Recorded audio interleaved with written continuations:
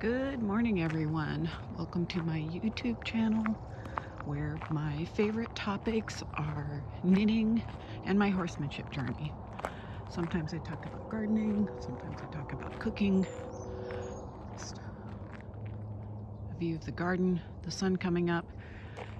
My name is Karina, and I'm coming to you from the Pacific Northwest, where it is almost 6 a.m. on Friday, May 3rd, 2024. I live here with my partner, our two kitties, Herbert and Harley, and my two horses that I'm walking out to feed right now. My two horses are, if you're new here, welcome. If you're returning, welcome back, of course. My two horses are Mustangs that I adopted from the Bureau of Land Management Wild Horse Adoption Program. Odin, my older Mustang, he's 12 this year. I adopted him when he was 6, and he is my riding horse. Bragi is the younger one.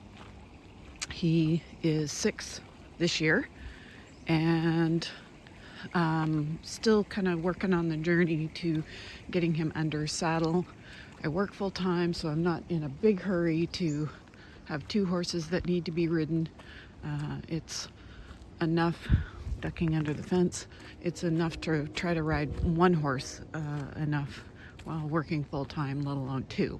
So Bragi and I are taking a very slow journey to work on trailer training, and I work on that almost every day. Not just getting in the trailer, but all the steps needed to do that. So that includes being able to lead, being able to move your body side to side and fit in small spaces, stand and wait, stuff like that. Good skills to have. There is Odin right there in Bragi's stall. They will eat their breakfast separately, and I'm gonna get to it.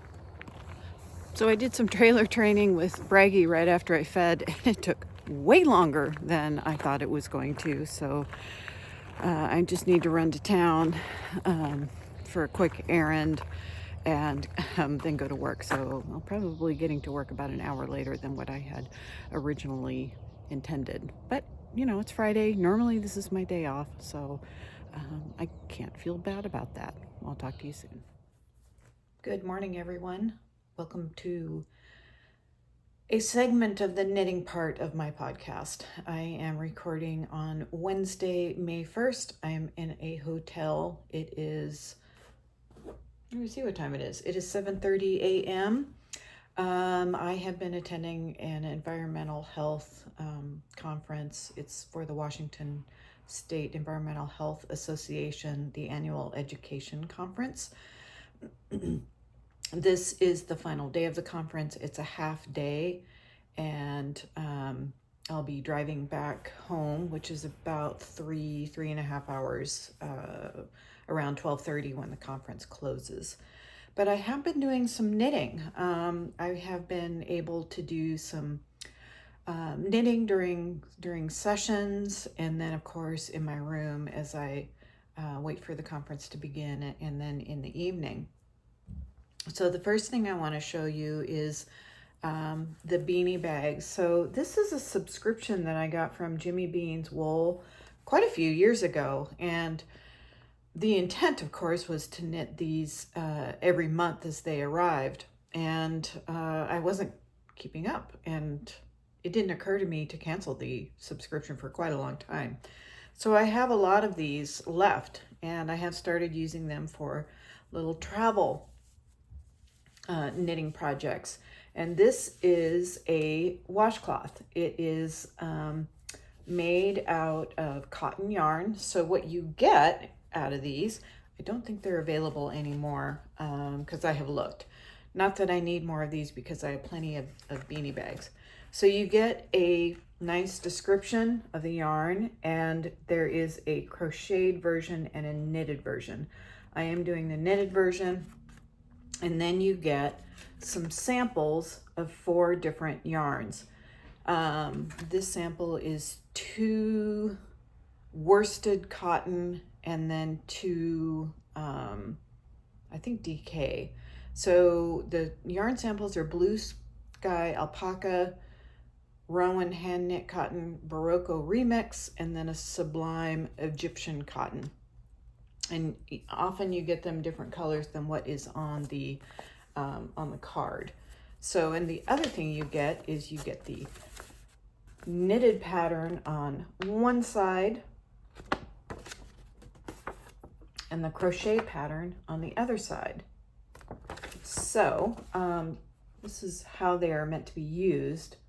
What I am planning to do with these is put, you know, when your bar of soap in your shower gets really small, I'm planning on putting them in this bag, just to keep them somewhat contained. So I finished this one yesterday and then started this one. So this is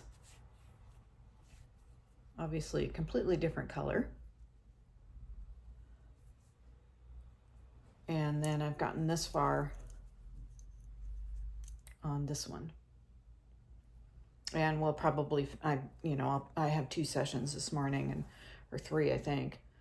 So the first one is made out of these 2. This is the Egyptian Sublime cotton. And this is, I have to look, is the Barocco remix, which is the heavy worsted. And the Sublime Egyptian cotton is DK weight. And then these, so I had to write this down on my little cheat sheet. This is the Blue Sky Alpaca worsted cotton. And then this is the Rowan DK weight hand knit cotton. So fun little pattern. And a lot of times I make these into gifts. So that is that project. So 1 finished object and 1 work in progress. And then I'll have some leftover, and I'm not sure whether I will combine the colors. I was kind of thinking of just using the leftovers and making just a regular kind of dishcloth out of this cotton, maybe holding the DK double. So the white and yellow together, double. So we'll see. It could be a very small washcloth, but that's okay too. And I think these needles are, these are clover. They have kitty cat teeth marks in them. I don't see the size on the needles, but the pattern tells you what size needles to use.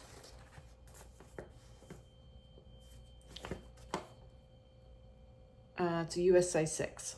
And then you can use a tapestry needle to do mattress stitch to sew them the sides together, because you obviously knit this in pieces.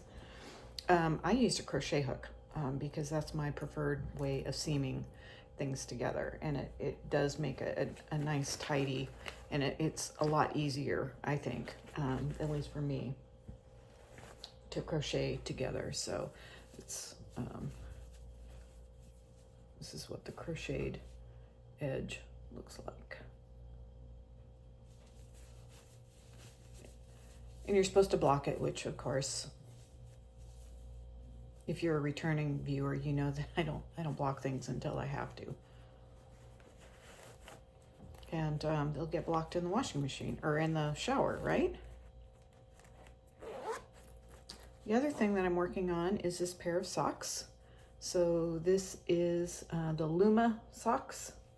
I am about to start the heel in a few more rows. I just measured it on my foot. This is a garter with a lace. Can you see the lace? It's a little bit dark. This is self-striping yarn. I don't remember the colorway, but it is Freckled Whimsy. And the Lumme sock pattern comes from this book, 52 Weeks of Socks. So this is sock number 1, kind of a long-term project because the Bakery Bears is going to host a knit-along, a sock knit-along here shortly, and I will be participating in that. So I think they're starting May 8th. This is an example of a other Jimmy Beans project that I use. It has some coffee stains or something on it, and it looks like coffee, that I use for a notions bag. So there's a tape measure and a pair of scissors and some tapestry needles and a little notepad and just a spare scrap yarn and embroidered thread and stuff like that. And then what am I wearing? I am wearing a crocheted tunic. I feel like I've worn this recently. So let me see if I can move the table away. I'm not going to move. Well, I think you can see enough, but it does go down to about mid thigh. So it's nice if you're wearing tights. I happen to be wearing jeans today. And this is I crocheted many years ago. I want to say it's probably been about 12 years now. And I do wear it quite a bit. I wear it like with a tank top in the summertime. The other thing I'm wearing are my the other pair of socks that I recently finished from that 52 weeks of socks. So I'll just show you this. So this color work section, you can see that it's kind of bled a little bit. So I made the unhappy discovery that this darker color yarn, my contrast yarn, is not superwash. And of course I just throw all my socks in the washing machine and then hang them to dry. Well, I discovered that the color work section of this had really squeezed in. So I did my best to stick my hands in and try to stretch it out. It was still quite a wrestling match to get that over my foot. So I've been wearing these for a few days in a row now while I've been at the conference, just to kind of keep it open and keep it stretched out enough to go over my heel. So note to self, when you're washing socks, hand wash the ones that are not super wash. That's all I have to say about that. So the conference has been really great. I've met new colleagues and colleagues that I've worked with over the years. I have been working in public health for 19 years now. And, I'm seeing a lot of younger people starting in their career who have asked me about my successes, how I have overcome obstacles and things like that. I told this one woman yesterday, one young woman who's just started a lead position in her program, and I told her that it was really a combination of being oblivious, and what I mean by that is being oblivious to obstacles, sort of not being aware that there are obstacles, and also feeling very strongly about a particular issue. And also, I think those are the main things, and then just perseverance and some patience helps too. So that was really fun. And I also spent some time with colleagues from my previous health jurisdiction who all have been there for 2 years or less, and spent some time talking with them and what their challenges were, and commiserating on what it's like to be a new employee, because I have been at my current job for almost a year and a half, but everything is very new, and it's very I've said this before, but it's very strange going from a place where you've worked for a decade and a half and you know everything and where everything is and most of the people and where to find things and who to talk to, and to not having that information at all, and everything. Every new question is a challenge in terms of where do I find that? Who do I talk to? So it has been definitely an exercise in growth for me. And the good news is I have been very well supported though. So that is awesome. So I need to get over to the conference. The rest of this knitting portion will be on Friday as usual. And I have a couple works in progress. Probably The only finished objects was that little hand soap holder thingy that I just showed you. So take care and see you soon. Hi everyone, welcome to part 2 of the knitting segment of my podcast. I hope if you've made it this far, I hope you have a project and something enjoyable to drink. I'm actually drinking just some hot water because I've had plenty of caffeine already and I just want to warm up a little bit, and I found that hot water is the best way to do that. So I'm wearing my down vest, which I often wear when I've been working down in the basement because it's a little chilly down there.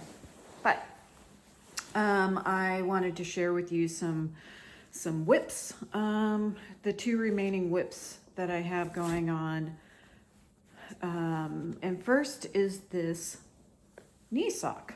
So this is a over the knee, which is why it is so big that it almost looks like a hat. In fact, I did kind of try it on at one point, and it would fit my head as a hat. So undoubtedly it'll fit above my knees. So nice long cuff, some color work here, and starting the decreases, so you can see this color work section here, which is kind of a brown flower, and then I'm just getting into more of the striped, and then there will be more decreasing and color work until I get down to the heel. So I think there's a total of about 170 rows for the leg. I'll look here, but this is the pair of socks on the cover of this sock knitting masterclass by Ann Budd. I am about in this stripe, so I've done the cuff, and I'm using slightly different colors. I just used stash yarn. I may run out of the brown, which is fine, I'll just get more. So it's 176 rows until you start on the heel. And at that point, it becomes like a 64 stitch pattern. I think I've cast on 116. So in other words, what you might cast on for a hat.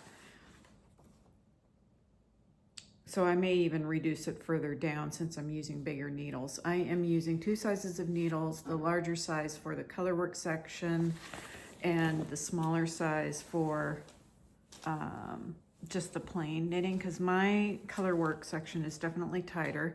I use these flexi flips, so Addie's flexi flips, and I'm using 2.75 millimeter for the colorwork section and 2.5 millimeter for, or US ones, for the striped sections. And I had a question from a viewer. Hello, Anne. I answered her in email, but the question was, when you use these flexi flips, which are 3 needles, so, and with this flexible thing in the middle that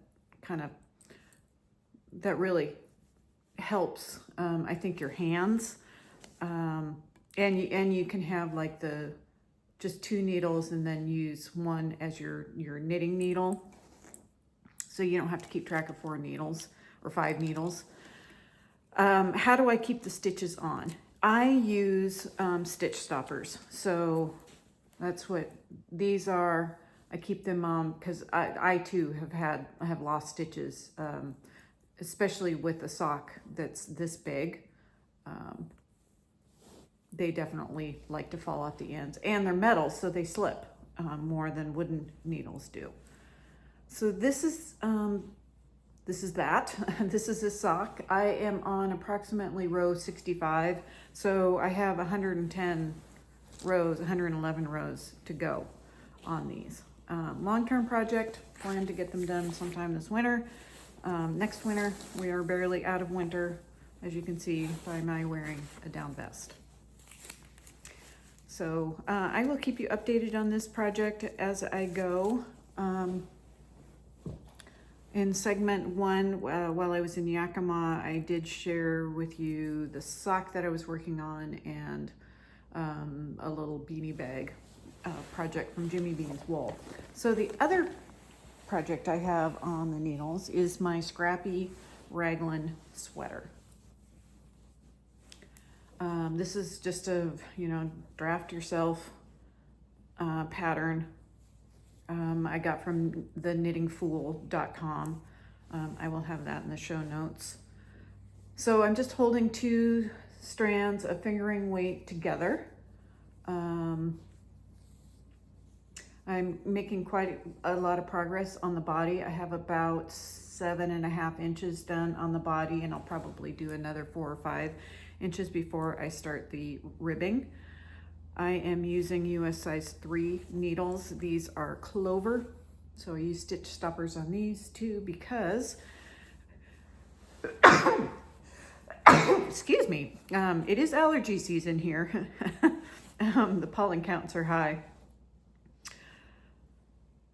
So yes, I'm using like leftover scraps of fingering weight yarn that is generally in the green family. So here is my baggie of green toned yarns. I have used some of this. This is Freckled Whimsy self-striping yarn, I believe. And right now I am on this. So I'm kind of using, I'm switching between like a solid and a self-striping and a variegated. So this will be, I'm thinking of using this on the sleeves, so I at least have matching sleeves. And then the yarn that I'm using, I'm on my second skein of this base yarn, which is a kind of a cool, very light mint green. This is a hand-dyed yarn by Nativity. I will have that in the show notes. So hopefully I'll have enough. I mean, this could be a short sleeve sweater. It could be a 3/4 length sleeves sweater. Not sure yet. But I'm liking the way it's shaping up, and I really like how the scraps are coming together with that base yarn. It's really nice. So I'm very much going to enjoy wearing this. I can see this as a spring, summer, and fall. So in other words, a 3-season sweater. It's all superwash, so it is going to grow, which is fine. I don't mind that at all, and it can go in the washing machine. So not a terrible thing. Hopefully, although I mentioned in segment 1 that I made the mistake of using a non-superwash yarn and a pair of Colorwork socks and then threw them in the washing machine and had some shrinkage. So I don't know, maybe I will not do that with this sweater because I can't say for sure that all of the yarn in there is superwash. So what have I got going on today besides work? I have a meeting in about, 25 minutes that I need to attend. It's only a half hour, so that's good. One thing I do appreciate where I work is that meetings are, they have very much defined beginning and ends, and a lot of times they're 30-minute meetings, and if you need to go longer, then you schedule another one, but it's very efficient. So I worked with Bragi this morning, and I did mention that, so you'll see that in my pre-going to town. It's like, oh, he really struggled this morning. So it took a lot longer to get even something done with him. So that's fine. The vet is coming at 10:30 today and is going to evaluate him for allergy. He has skin allergies. It's known as sweet itch, and basically what happens is like these no-see-ums. I'm not sure if you're familiar with that. I don't know what like their real technical entomological, I don't know, entomology, the field of entomology, the study of bugs. They're no-see-ums, and they are little biting bugs, and they attack the like from his chest and belly all the way to like the insides of his legs and even kind of under his tail, and he gets really itchy and it's miserable. And I end up slathering on this stuff that looks like a diaper cream. It's called SWAT, and it has an anti-bug, an insecticide in it that repels bugs. But mostly what it does is it provides this coating. So he has this ventral meaning bottom, versus dorsal meaning top. This ventral white stripe, so like the reverse of a skunk, on his belly all summer. So, and I never catch the start of bug season. I always think it's going to be like around 50 degrees. Well, he starts getting itchy before then. So there's probably some peak periods, temperature periods during the day that I'm not even aware of. And the bugs hatch and do their dastardly deeds to his tummy. And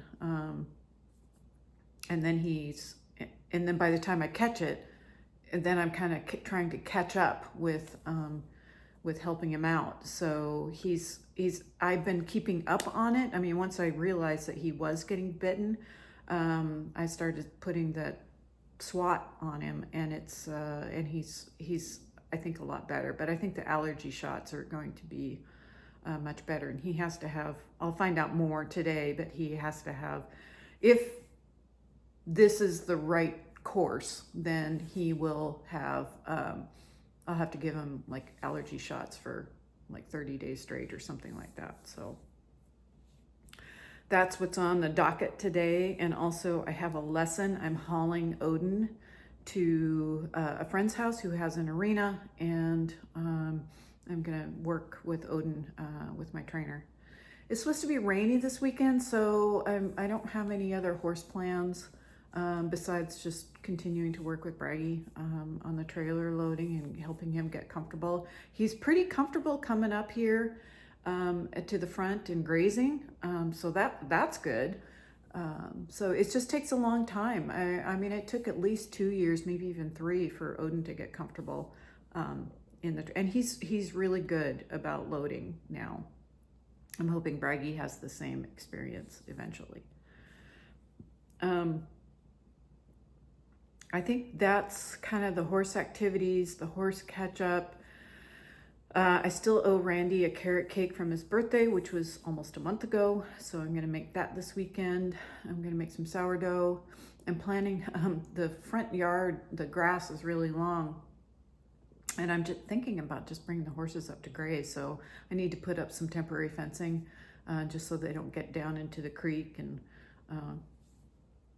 even down the hill, which would make it rough to mow. So they will be highly supervised up here. In fact, you know, like during the week, I may just bring my computer upstairs and work upstairs for a while so that I can keep an eye on them. But it is going to take a few days to get them comfortable grazing. Odin is perfectly comfortable grazing up here. In fact, a lot of times when I let him graze up here, I just let him loose. Bragi, not so much. Bragi, it's going to take a lot for him to get comfortable, because otherwise he'll run around and because he's nervous. So I'm going to have to kind of hang on to him for a while. I think, oh, on Sunday we're having some brunch with some friends we haven't seen in a long time. And then I'm not sure, I think that is supposed to be the rainier day. So I don't know, maybe I'll cast on something else. I know the Bakery Bears is having their anniversary, their 10-year anniversary knit along celebration, and I have yarn for that, which was a new acquisition. I got some from Polka Dot Creek, a bundle of minis from their blanket collection. Not that I need more yarn, but you know, it's just a way to celebrate, I suppose. I think that's all I have to say. So I hope you enjoy this, the content. And if you have any questions, feel free to contact me either through the comment feature in YouTube or through my contact information. I have my Instagram. You can DM me, or my email address is fine too. So take care, everyone, and I'll see you next week. A bunny over there just scared the bejeebers out of Bragi. But he's peacefully grazing right now. And we're going to continue to work on some trailer loading and staying in the trailer.